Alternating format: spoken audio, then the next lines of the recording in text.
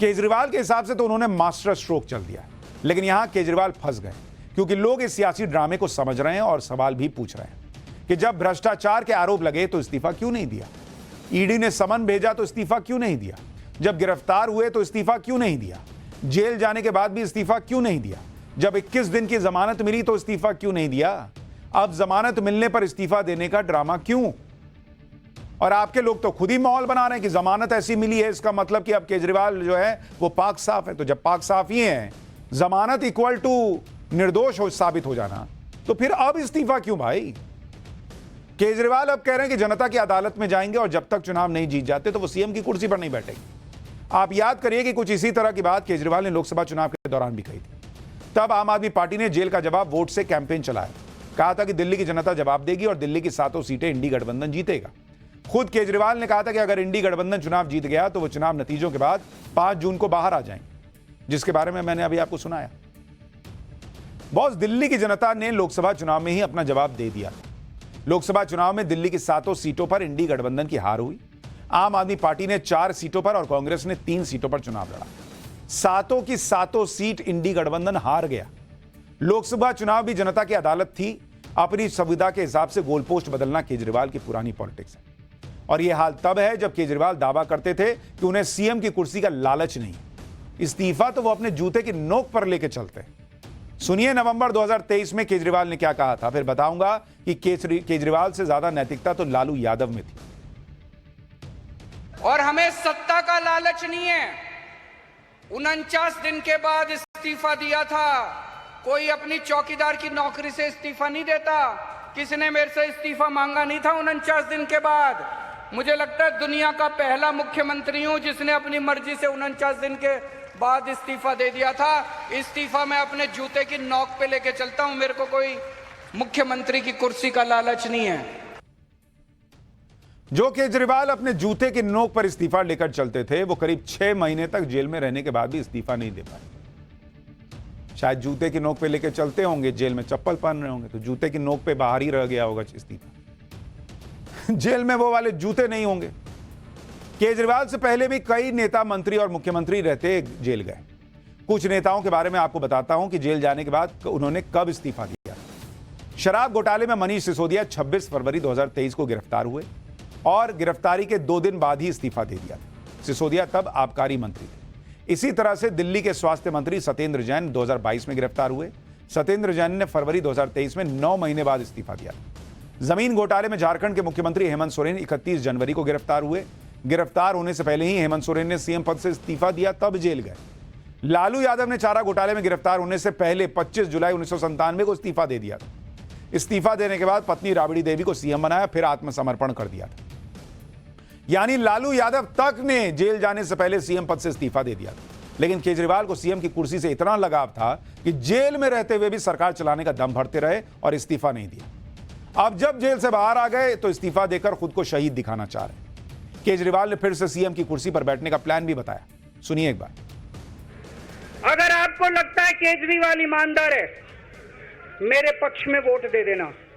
अगर आपको लगता है केजरीवाल गुनहगार है, मेरे को वोट मत देना। आप अगर मेरे को, अगर आपका एक एक वोट मेरी ईमानदारी का सर्टिफिकेट होगा। अगर आप मेरे को वोट देके जिताओगे और अगर आप कहोगे कि केजरीवाल ईमानदार है, तो चुनाव के बाद, उसके बाद जाके मैं सीएम की कुर्सी पे बैठूंगा। तब तक मैं सीएम की कुर्सी पे नहीं बैठूंगा। केजरीवाल का एक और लॉजिक है। केजरीवाल कह रहे हैं कि केस तो 15 साल 20 साल तक चलते रहते हैं, इसलिए वो जनता की अदालत में जाकर जनता के फैसले का सामना करें। तो ये बात बॉस आपको पहले नहीं पता थी कि केस 15 साल चल जाता है। इस देश में करोड़ों केस पेंडिंग है, तब आपको समझ में नहीं आ रहा था कि ये कैसे पेंडिंग है। जिस दिन केस रजिस्टर हुआ और केजरीवाल का नाम आया, उसी दिन केजरीवाल को पता चल गया होगा कि इस तरह के केस में ट्रायल सालों चलता है। तब इस्तीफा क्यों नहीं दिए भाई? सुनिए केजरीवाल जी का लॉजिक, माथा पीट लीजिएगा आप। अब ये केस चलेगा। मैंने वकीलों से पूछा, मैंने कहा मेरा दिल कहता है कि जब तक ये मैं कोर्ट से बरी होके ना आ जाऊं तब तक मैं सीएम की कुर्सी पे नहीं बैठूंगा। उन्होंने कहा जी ये 10 साल चलेगा केस, कोई कह रहा है 15 साल चलेगा केस, कोई कह रहा है 20 साल चलेगा केस। तो केस ये अभी लंबा चलेगा। मतलब केस लंबा चलेगा बॉस, तो ये आपको पहले ही समझ में आके और उसके बाद इस्तीफा दे देना था। जमानत मिलने के बाद आपके वकील बता रहे हैं कि केस लंबा चलेगा। वैसे तो केजरीवाल की राजनीति का स्टाइल यही है, लेकिन इस बार जो सियासी ड्रामा केजरीवाल ने किया है वो नेक्स्ट लेवल का है बॉस। करीब 6 महीने तक जेल में रहने के दौरान केजरीवाल को सीएम पद से इस्तीफा देने का विचार नहीं आया। जेल से बाहर आने के बाद केजरीवाल को नैतिकता का ख्याल आया और इस्तीफा देने का ऐलान करके धमाका कर दिया। केजरीवाल ने यह भी कह दिया कि वो चाहते हैं कि दिल्ली में फरवरी 2025 में होने वाले चुनाव नवंबर में ही हो जाए।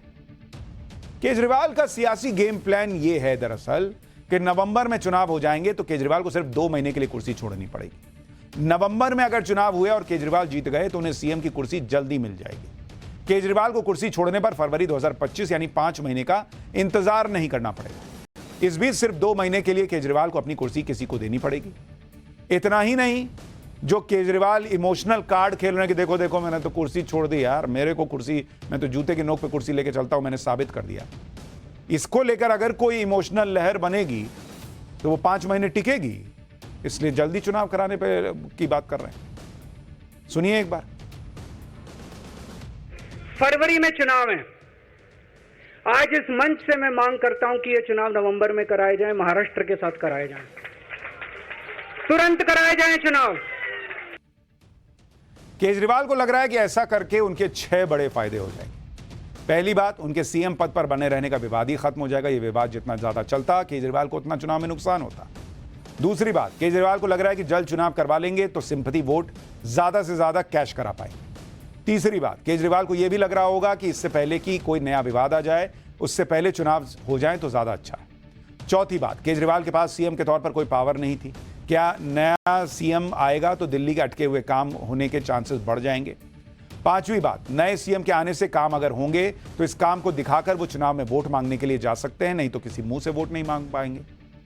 छठी बात, केजरीवाल को लग रहा है कि कुर्सी छोड़ने से उन्हें अपनी इमेज सुधारने का मौका मिलेगा। वो कह सकते हैं कि दिल्ली के कामों के लिए उन्होंने कुर्सी छोड़ दी। केजरीवाल जिस तरह की पॉलिटिक्स करते रहे हैं उसमें यह हैरान नहीं करने वाली पॉलिटिक्स है, और हैरान होना भी नहीं चाहिए कि वो सीएम की कुर्सी छोड़ने के साथ साथ शीश महल यानी सीएम आवास से निकलने की भी स्क्रिप्ट तैयार करके बैठते हैं। क्योंकि केजरीवाल के इस समय जो पूरा खेल वो खेल रहे हैं, वो पूरा खेल ही इमेज ठीक करने के लिए। वो सीएम की कुर्सी छोड़ने के साथ साथ अपने शीश महल से निकलकर कह सकते हैं कि देखो जिस शीश महल की इतनी बात हो रही थी उसको तो मैंने ठुकरा दिया, मुझे इसका कोई मोह है। केजरीवाल को यह पता है कि शीश महल से उनकी इमेज को बड़ा डेंट लगा है। अगर वो शीश महल छोड़कर किसी सामान्य से घर में जाएंगे तो फिर से दिखाएंगे कि देखो मैं तो वही हाफ शर्ट पहनता हूं, चप्पल पहन के चलता हूं, और देखो कितना सिंपल घर में रह रहा हूं, मुझे तो कोई मोह नहीं गाड़ी बंगले। जबकि सबको पता है कि केजरीवाल के दिमाग में यही चल रहा होगा कि कुछ ही दिनों की बात है, चुनाव में अगर वो जीत जाएंगे तो फिर से शीश महल में जाने से कौन रोक लेगा। केजरीवाल की पूरी रणनीति यह है कि इस्तीफा देने का ऐलान करने से दिल्ली में उनके प्रति सहानुभूति की लहर पैदा हो जाए, जिसका फायदा वो उठा सके। लेकिन केजरीवाल भूल गए कि लोकसभा चुनाव के समय भी वो कोशिश कर चुके हैं। केजरीवाल को तब भी कामयाबी नहीं मिली। आम आदमी पार्टी लगातार दावा करती रही कि केजरीवाल को अगर गिरफ्तार किया तो पूरी दिल्ली सड़कों पर आ जाएगी, लेकिन ना तो दिल्ली की जनता सड़कों पर आई और ना ही कोई हल्ला हंगामा हुआ। अब इसी जनता से केजरीवाल खुद के लिए ईमानदारी का सर्टिफिकेट मांग रहे हैं।